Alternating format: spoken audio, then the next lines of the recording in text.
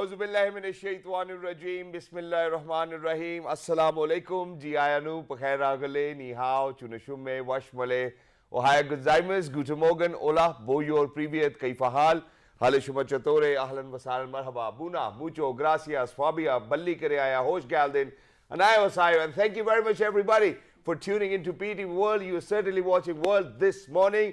I happen to be Shahzad Hassan Khan, and with me, my very well-learned colleague who happens to be Miss Hajar Satti. We hope and pray that everybody out there is doing wonderfully well and that you're ready to kickstart your day with us. But first things first, hello Hajar, how are you doing today? Assalamu alaikum, and thank you so much for introducing me. So Shahzad, I came across a very good article on The Guardian, and I wanted to share it with you and our viewers because it was about the myths surrounding the mental health illness. Sure, I'm all ears. Okay, lovely. So the author mentioned that there are actually a lot of myths surrounding the mental health illness, that the person, and we should consider it as, you know, any other disease. And by saying that, we are actually contributing towards further marginalization and stigmatization and disempowerment. How? Because when you say that, you know, the person has some sort of, you know, bodily defect in the brain, you are saying that, you know, you are going to live with that condition, and also you are not looking at the environmental factors that is contributing to it in the first place. So obviously it was written in The Guardian and their Western society, and they talked about how black people are more disadvantaged in that sense because they are more likely to be tasered, to be restrained, to be over-medicated, and the structural racism will not be addressed in that sense, right? So we are further saying that that person is actually disempowered and marginalized, and it is further stigmatized in that sense. So what should we do? We shouldn't talk about it? So that author mentioned that actually she mentioned the paradigm called what we call it, I'm forgetting the name, I'm sorry about it. It's perfectly all right, take your time. Yeah, freedom psychology, yes. So she says that they are not actually the patients, they are social actors in an environment, and they are examining the oppression and the oppression and the suffering which is causing it in the first place. And they're saying that we are all actors in the Freedom Project, and they're examining the creativity, the experiences in that sense. So, and she says the most of the work that she did was not in the therapy room, but outside in the advocacy, in the gender-based violence, advocating against the racism. So that was a very lovely article. And I've been talking about it. See, you know, every time we've talked about mental illnesses and ailments, you know, I've always mentioned that, you know, it's not just a psychotherapist job or a psychiatrist or a psychologist job. Everybody needs to come together, the support system. You know, probably even the Maulvi from the mosque too as well. So everybody needs to come together and contribute about it. But over here, I would certainly want to apply that reverse psychology. Obviously, medication and these therapies are important, so I'm not negating their effect. But what I'm trying to put in over here is that the more you start to talk about it, the more it starts to take a toll on you. So, you know, because what happens is that whatever we start to manifest eventually starts to happen to us too as well. But it's a longer debate. We will talk about it some other day too as well. But first things first, all right, let's take a good look at what's happening inside the country and outside the world. Well, outside the country, not the world. Obviously, that'll be too far away for us. So without any further ado, I would like to introduce my lovely and wonderful guest. He happens to be Engineer Professor Dr. Atar Mahmood Saab, and he is Tamgha Imtiaz, and he is the Vice Chancellor of the Islamia University, Bahawalpur. Assalamu alaikum, sir, and thank you so much for coming to our show. I'm happy to be part of this morning show today. Lovely, sir. So your university have been involved in the flood-affected rehabilitation and delivering the aid there. So would you like to elaborate what the Islamia University has been doing? The initiatives taken. Yes, as you know that Islamia University of Bahawalpur is a large public university based in southern Punjab. And southern Punjab has been worse affected by the floods. Although the Bahawalpur division is mostly secure from the flood, it's on the other bank of the other side of the Indus in DG Khan division where most of the destruction has taken place. But you know, with the feeling of patriotism, the students, the community, the staff members, they all got together, and a large number of initiatives have been taken. From the traditional ones like donating one day's salary, which comes out to be a hefty amount for our university. It's a big university.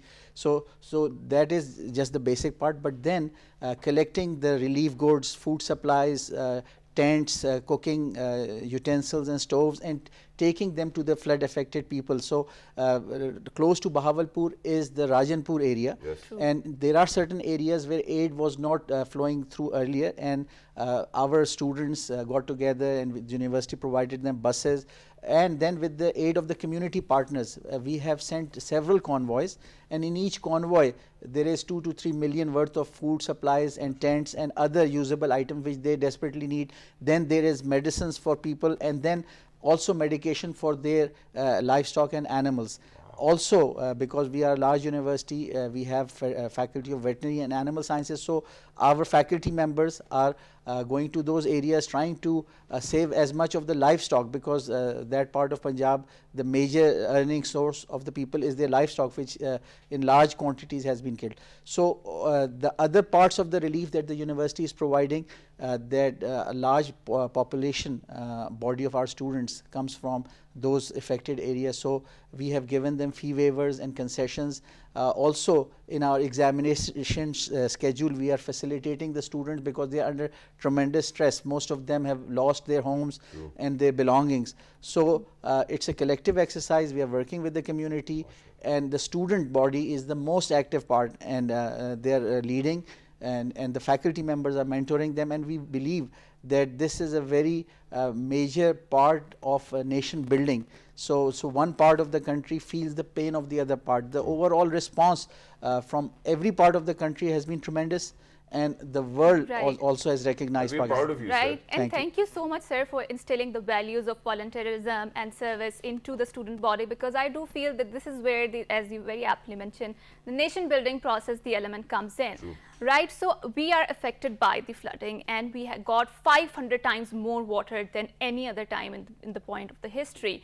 So I would really want to ask you about the agriculture, which is badly affected. Before the floods, we went to DI Khan, and locals told us that there was a drought, there was a famine there, and they didn't have the rain, and now it was so much of intense rain that everything got destroyed. And the world is hinging around the concept called smart agriculture, right? Climate smart agriculture. Would you like to elaborate that? How is the university contributing in that area, and how can we ensure that our agriculture is flood proof in that sense? And sir, before you start to answer about that, since you mentioned about all of those wonderful activities which have been undertaken by the Islamia University, what I would want to ask you is that are there some areas where the university might not have been able to help, and the other community partners have really need to step up in the game? So please make sure that you highlight all of those areas too as well. Definitely. I'll first address this point. I would like to point out that because the university has to send student volunteers and its own staff members, and safety and security, and because logistics is a challenge in that area, our capabilities are limited, our spirits are very high, everyone wants to help, but we can't put people in harm's way. We have to bring students back safely. They want to help.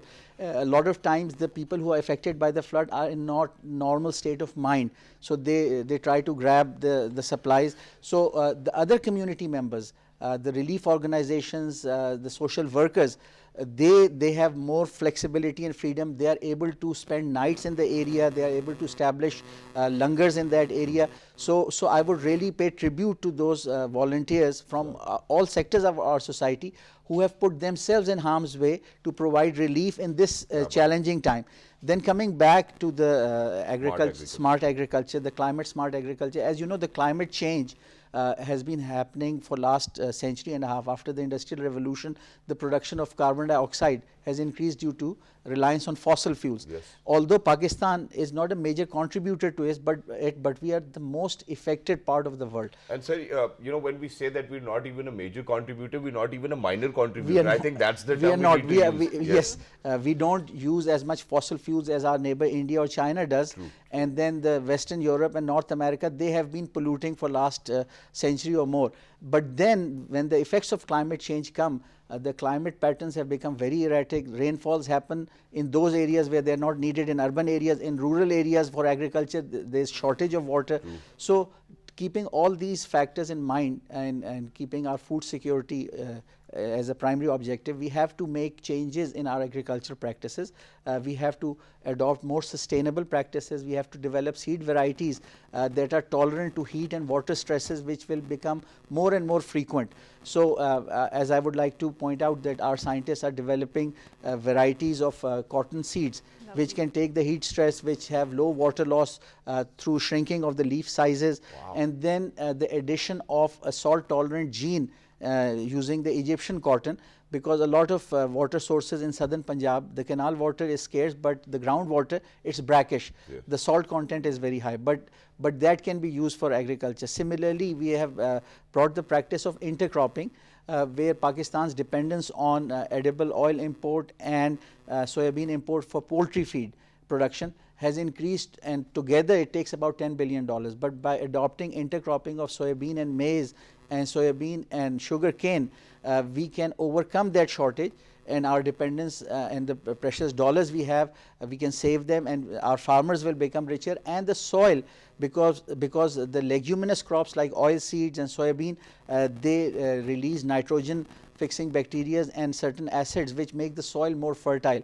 And that can mitigate the effect of the exhaustive crops that we have like wheat and sugarcane. So the net result is that we need to adopt more sustainable practices, we need to use less water, we need to use our water more efficiently, and then we need to adopt practices where the climate change has resulted in weather patterns where the heat, the temperature is rising.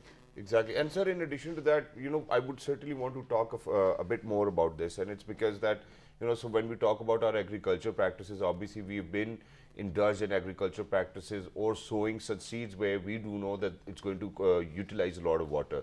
So, the drip irrigation systems is out there and people are utilizing it, that's a fact. But now when we talk about such amazing universities and your scientists doing such amazing work, why do you think day by day all of these costs are going up when you bringing in smart solutions? So smart solutions should actually result in making sure that for all of those people who are consuming all of those vegetables and fruits, they should easily be available and shouldn't really be that expensive. So how do you think that all of this research can actually kind of come out in a way that people actually take benefit of it and it contributes to the economy of the country? Sure, your question is very valid. Although we are increasing our agricultural production, but our population is also increasing. True. And what is happening also is due to urbanization, the cities are expanding and taking up agricultural land. So we need to produce more from the land that we have, yes, number one. And number two, we need to add more arable land. And for that, our university has come up with a very fruitful proposition that the Cholistan desert we have is about 7 million acres. It used to be the bed of the Hakra river. It was not a desert 5,000 years ago, but now it is a desert. The land is very fertile. And at 5,000 to 7,000 feet, we have analyzed the climatic data, meteorological data. There is humidity year round for 8 to 9 months of 40%. Okay. Now, there is a technology in the world which is called ionization. Using ionization, yes, we can form clouds and get that moisture down to earth and add about 10 million acre feet of fresh water to the existing water resources, and then add about 6 million acres of agriculture land and create an agroeconomic zone which will add about $20 billion annually to our GDP. So when we have this research, what's the hurdle?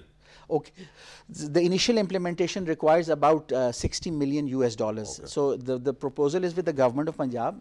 They have given an in-principle approval, and now the government is working out the funding sources. There is an economic crunch in the country. Globally, there is a recession. There's a Russia-Ukraine war, which has put a tremendous stress on all economies in the world. The Western Europe situation, the United Kingdom, every country in the world is facing economic constraints. But we believe by investing $60 million as a one-time investment, we can generate about $20 billion a year, wow, through that agroeconomic zone which we can create in Cholistan. And this is something which is obviously the need of the hour too as well. And we really do not have to go too far away when we talk about deserts. I think we just really need to take a good look at Dubai and what they have done with their deserts too as well.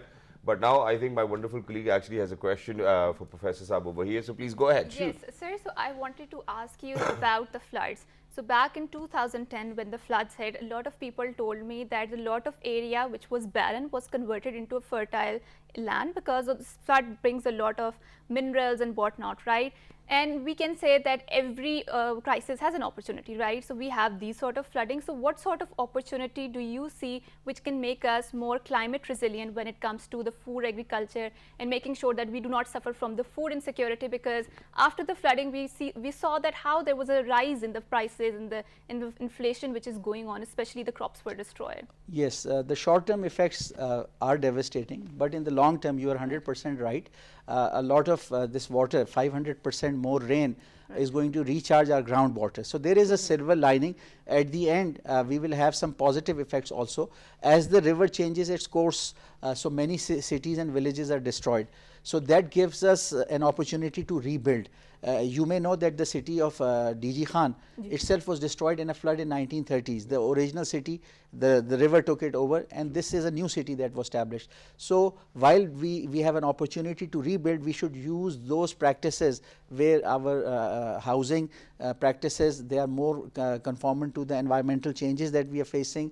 We should adopt the best practices in design of our new cities and villages. Yep. So there is a new opportunity for us, and I believe that in the short run the trauma is there, but in the longer run we can derive many benefits from this catastrophe. And sir, in addition to that, there are two more things which I would want to share with our audiences out there in 46 different countries, and that is that obviously, so we've been building up concrete jungles. So the impact of climate change is going to be worse in years to come. So the international bodies really need to come together and make sure that we kind of push all of those people who've been contributing towards climate change, which has been affecting adversely over here in Pakistan.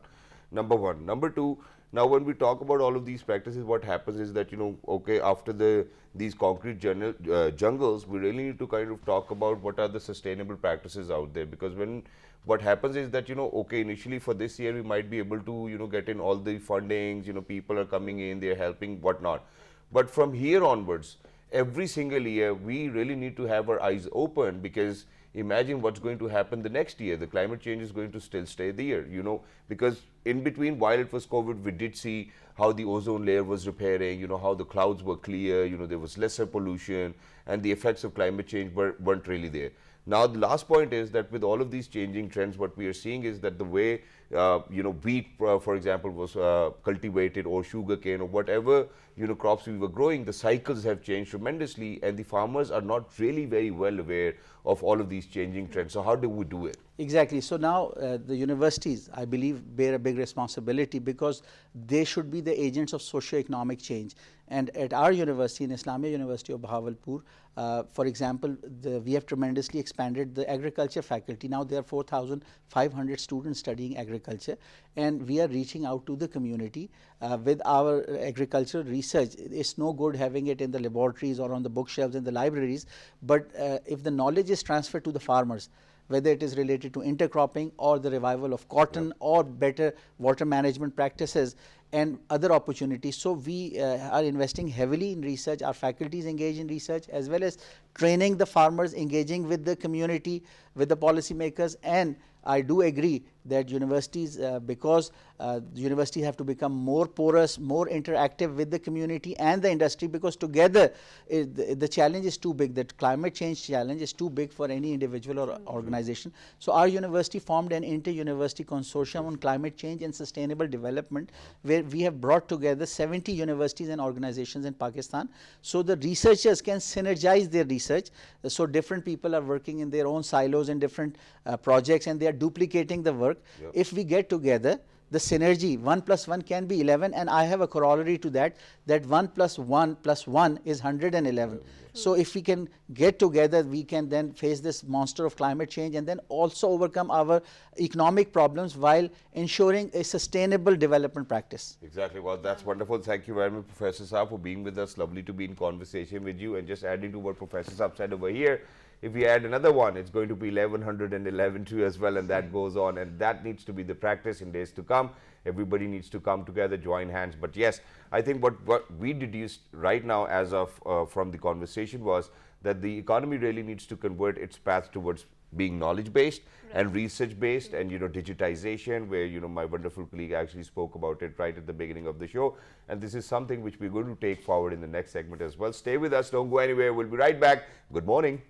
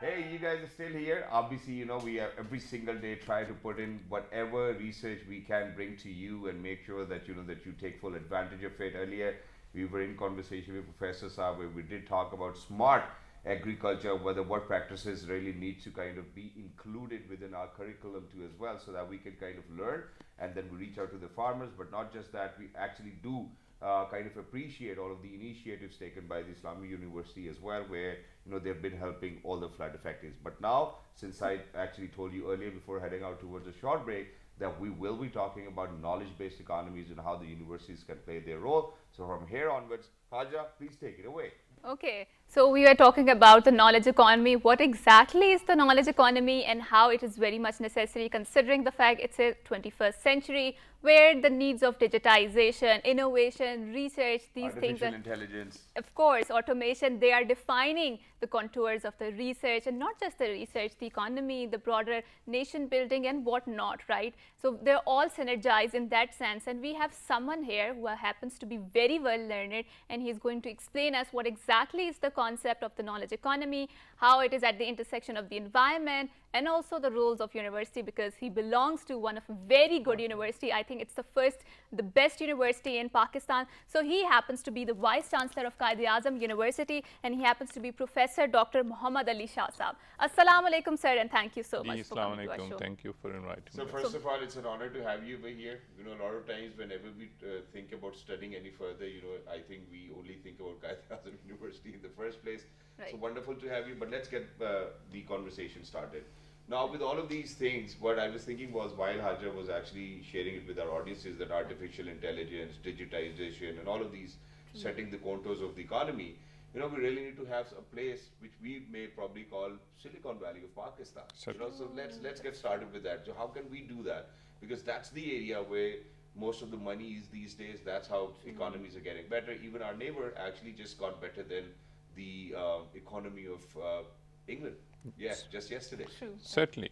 And do you know that the major component is a knowledge-based economy? The economy which they generate through IT industry is more than $200 billion. We are at around 3 billion only. And I believe that we need to focus on a knowledge economy and the tech dollars, the fintech, the financial institutions. In our neighboring countries, there are a lot of law firms which actually work remotely for the firms of United States, for the firms of Europe, other like Egypt. So I think we are a very smart nation.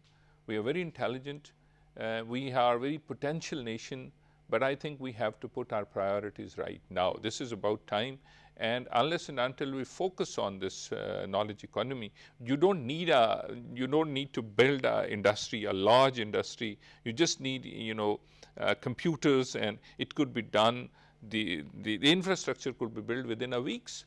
So you need to use your brain, and for that you have to create an environment where you are training the people to actually enter into this IT industry, or trying to create the tech dollars, or the financial, which we call it a fintech, yes. And it's happening all over the world. Why not us? And I'm sure that we can do it. Now the fundamental question is that how can we do it, right? We have to first put our priorities right. The government, the universities, academia, and industry, and our media.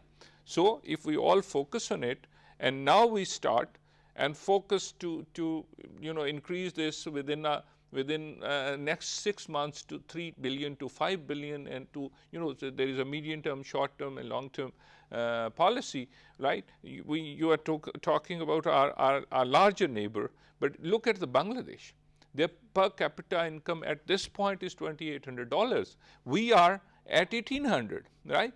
And they are planning to go forward and have a per capita income of $5,000 within next 3 years. So I think that we should now focus to have at least $5,000 per capita income in next 5 years. And that's very thoughtful of you. Obviously, that will help the entire nation too. But let's take a good look at what's happening within our geographical location. So imagine all of our neighbors. big economies, and it didn't really happen. Fifth largest Yeah, now in it, the it didn't really happen overnight.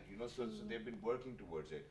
Now, what I think the problem is that imagine that whenever there's a new financial tool which is out there and the countries have taken advantage of it. For example, let's talk about blockchain. Let's talk about cryptocurrency. Let's talk about Bitcoin. All of the countries have jumped onto it and they've made sure that they're going to reap whatever benefits they can. The financial institutions over here within our country, unfortunately, are unable to understand whether how to kind of have that right balance in between that they have that authority, but yet, we are over here where we certainly do not have services like PayPal. All of those kids who are working on YouTube still have to kind of pay a lot of taxes.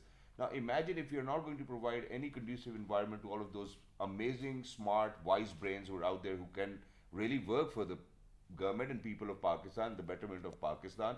Why do you think we still have people who certainly have no idea of what's happening all over the world leading those institutions? I think there needs to be a change. Certainly. First thing is that we have to sit down as a nation, Yes. all of us, all our political parties, irrespective of their political differences, right? We have to set our goal, that this is our goal. And then we have to make a plan how to achieve that goal, right? So I think up till now, like you said, we are very confused about our goal. So what we want to do, where we want to go, what we want to achieve. So first thing is, like we sit down, all of us, putting all our differences back and make a priority that we want to move towards this direction and have a more smart agriculture, maybe like you were discussing earlier, or you can have a value addition in the industry which we already have, the agriculture industry, even the textile industry, the chemical industry, pharmaceutical industry, which we have. Now, if we want to build infrastructure for industry, we need 5 years. True. Like we started building a mega dams, Yes. right? But the solution to our energy crisis in this country is building a small dams, which could be built within 2 years, 3 years by 500 megawatts, and they will be commissioned, quickly. So our first thing is the very fundamental thing is to do all this which we are discussing is you need to have energy. Yes. And a cheap energy. Yes. So we don't have it, Yeah. right? You have a problem of a load shedding. So I think that first thing is that we have to make a decision that this is our goal for midterm, for long term, and then we develop a strategy how to achieve this goal. What role the government has to play, what role the universities have to play, what role the industry has to play, right? Are we really thinking of getting the maximum benefit even through CPAC? Certainly, everybody's on the same page, and that's really very important. So imagine if I take you back in time. Do you remember the time when S.N. Iqbal Saab, honorable, he talked about Vision 2030. Yes. Now imagine all of a sudden we do not have any Vision 2030, and we certainly, that's not our priority. And this is something which I've witnessed growing up, and it actually hurts me quite a lot. That imagine one day we are on the same page, we start to campaign about it, we start to talk about it, and then the government comes back, they resume, and they've forgotten about whatever they advised previously, and now there's a newer strategy. But sir, now what happens is that when we talk about knowledge-based economy, you are the perfect person. Earlier we were in discussion with Professor Saab, you are the people who really can bring about this change. But have you ever been asked by the authorities, sir, I na zara please on board, I milke kaam karte hain? Did that actually happen? And when you did, when you were called upon, do you think that they actually heard what you were trying to say? This is a very, very good question. Thank you. I think we don't even need to be asked. We should step forward ourselves. True. Right. This is one thing.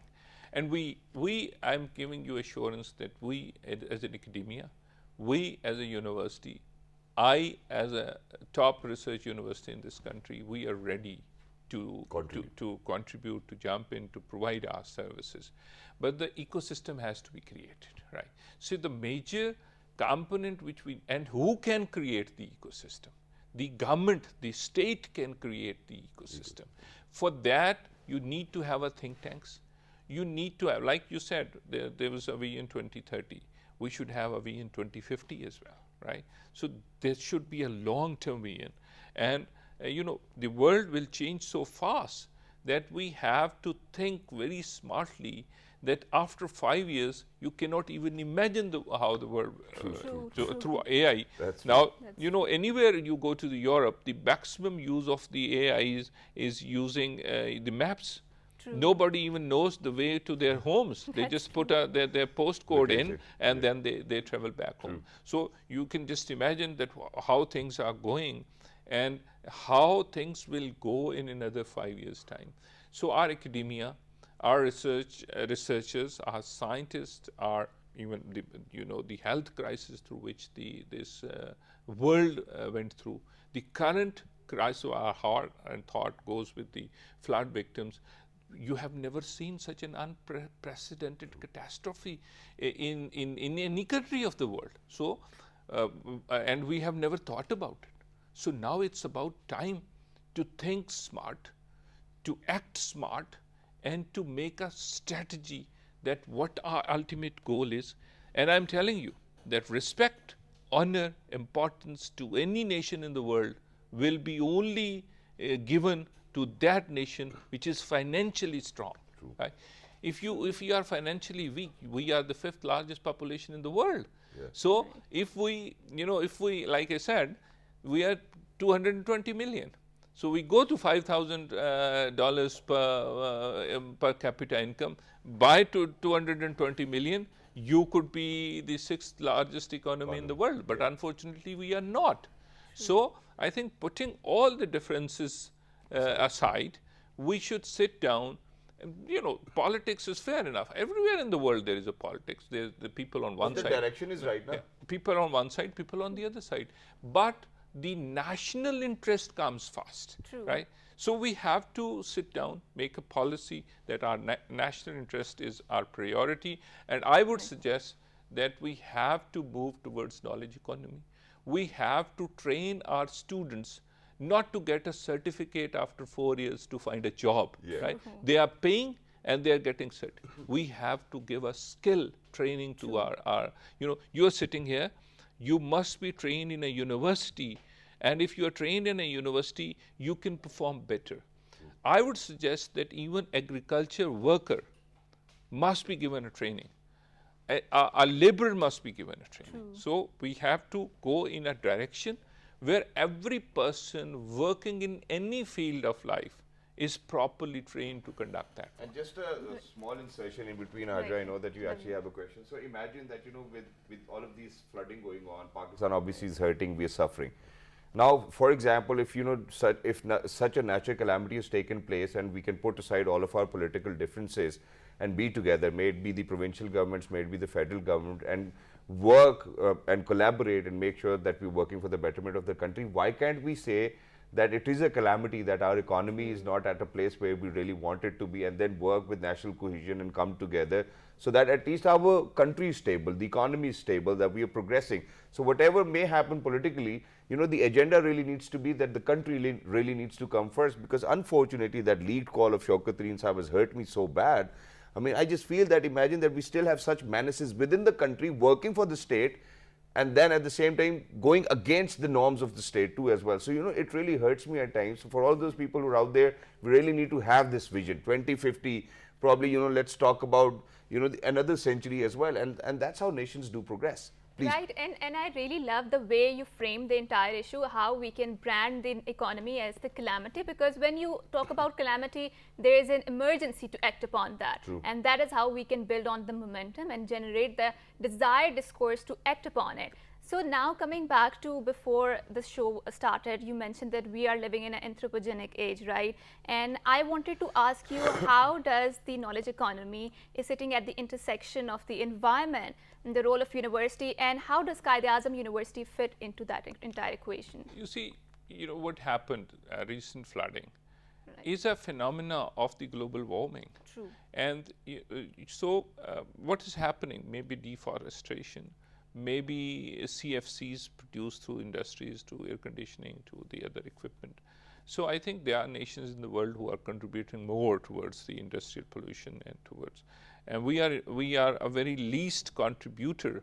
True. But we are the maximum affected nation. Now, the great nations always, if you look back, those all developed nations, you have to find an opportunity through crisis. There is a crisis. We are into crisis. Now, all of us are working certainly on a short-term solution of this crisis. I think we must focus on a long-term. There's a water. This water is life.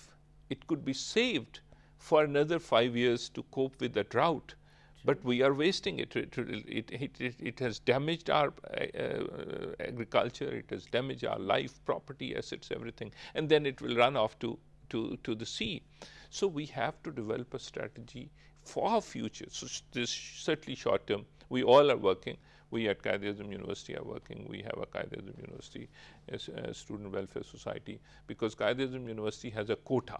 So we have students from all provinces, from Balochistan, from KP, from Punjab. So, and we are providing assistance, medical, and we have arranged through our alumni about 1 crore rupees to pay the fee of the students of the affected area. So this is a short-term policy. But I think we should work now through this crisis to develop a long-term policy of building dams, of building reservoirs, and for getting us ready. This calamity, suppose, I pray that it never happens, but if it happens in the other part of the country, what would we do in Punjab, right? If there is a massive rainfall, so all food comes through Punjab. So I think that now we have to focus how we can, as a nation in Pakistan, can contribute to have more forests, to have more human input for making this environment more sustainable. But on the other side, the resources which we have to create dams, we have to create reservoirs, we have to go for this. And then there's one thing which is very important: housing in this country. We build our houses through concrete and iron, steel, and they are not friendly to the earthquake. They are not friendly to the floods.